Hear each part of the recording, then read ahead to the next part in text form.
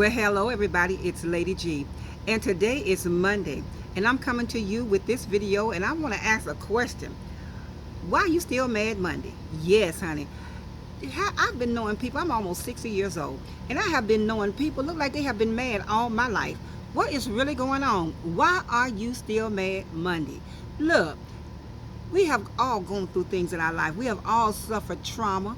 We've all been going through some things that some of us don't even want to talk about. But I just want to ask a question. Why are you still mad? Things have happened in our lives have caused us great grief.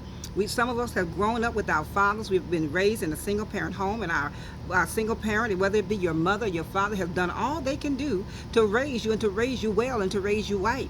Well, why are you still mad? Yes, there are things that has happened to us as children. Some have been molested, some have been raped, some have been all kinds of things, abused, abandoned.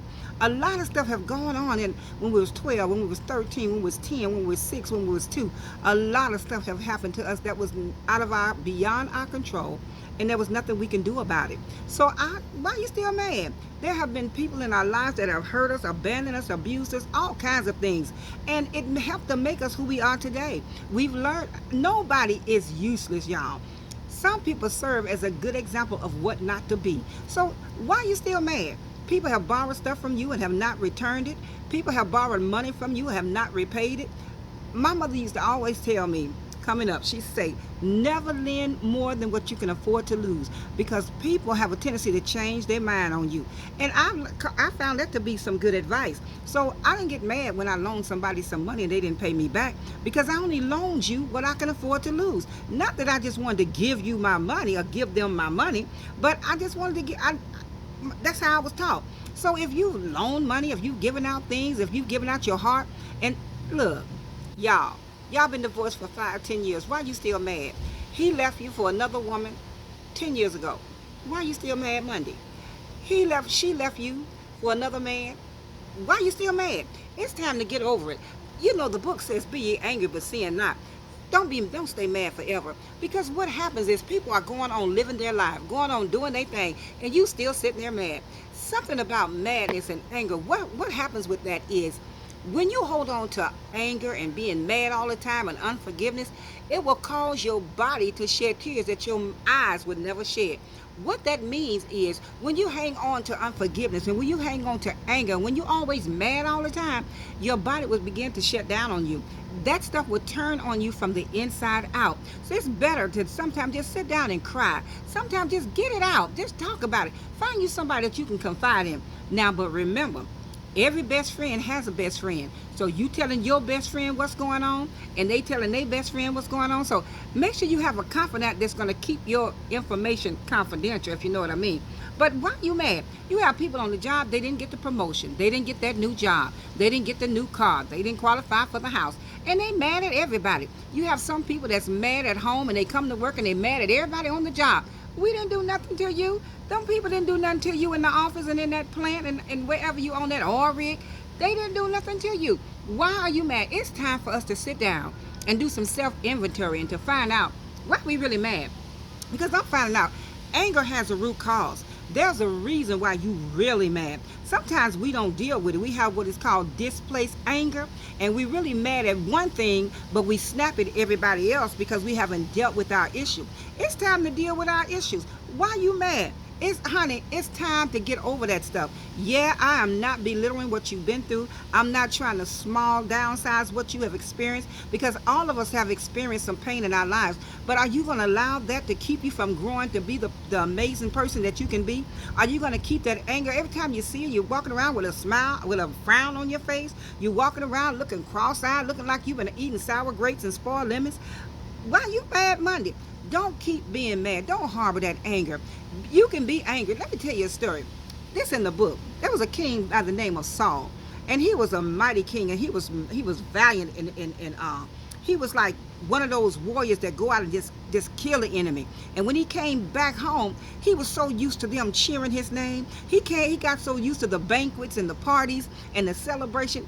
One day he went to battle, and he took little David with him, and David slew a whole bunch of them, just as many as Saul did. Saul came back home, and they were saying, yay Saul, yay Saul. Saul killed 1,000, but David killed 10,000.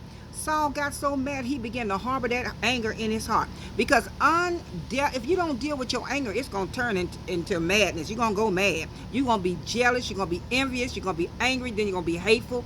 That's what happens. So he let that little bitter root, that little root just sit in there. And one day they was having a banquet and David was sitting at the table. And next thing you know, he took his javelin, Saul did. He took his javelin and threw it across the table, and it almost went right into David's head. But David realized from that moment that Saul was trying to kill him. Now, this is the same David that used to go and play for him. And when he had them little demons and soothe this little mind, and he would just roll on off to sleep. But now he has allowed anger to take a root, and he's let that anger turn into what? Madness. He began to go mad. His main objective was to kill David. And that's what happens when we allow unforgiveness and anger to build up in our hearts. It will cause us to strike out sometimes at innocent people. So I just want to ask you a question today. Why are you still mad Monday? It's time for us to get over our anger. He gone, honey. He went on with his life. She gone, man. She went on with her life. And because somebody decided they don't want to be with you, honey, let them go. I know it's not easy, but 5 years from now, you should be okay. 3 years from now, you should be doing better. Don't still be mad at them, because now they're controlling your life. If you hold on to anger and bitterness and unforgiveness for what people have done to you, guess what? They still got control over you. And how many of y'all want somebody to just keep controlling you because you still mad? Every time you see them, they dictate the way you're going to treat them. They're going to dictate your mood, because every time you see them, you get mad, you get angry, you get built up. You start blowing and huffing and puffing. Honey, let it go. It's time for peace, honey. Live your best life. You know how you can get revenge on a person that have done you so wrong and you didn't even deserve it? By living your best life, by being happy, by letting them know, honey, you hurt me, but you didn't destroy me. You hurt me, but it didn't kill me.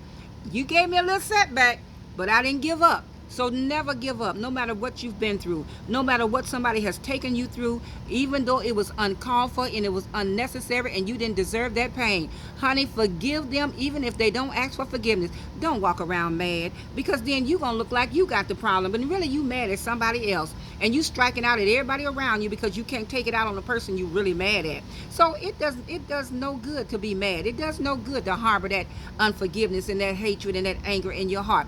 Let it go. Honey, you didn't get that job, maybe it wasn't for you. You didn't get that house, maybe it just wasn't for you. You didn't qualify for that car, maybe it just wasn't for you. That man didn't stay with you, honey, he probably did you a favor. Sometimes we have to look at things in our lives that we feel hurt us. It might came to make you stronger. So look, why you mad Monday?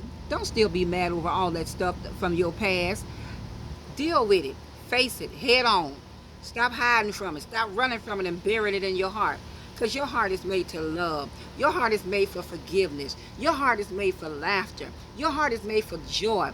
But you can't fit any of that in there, because there's so much madness and anger and unforgiveness, and you so upset and you so mad. Honey.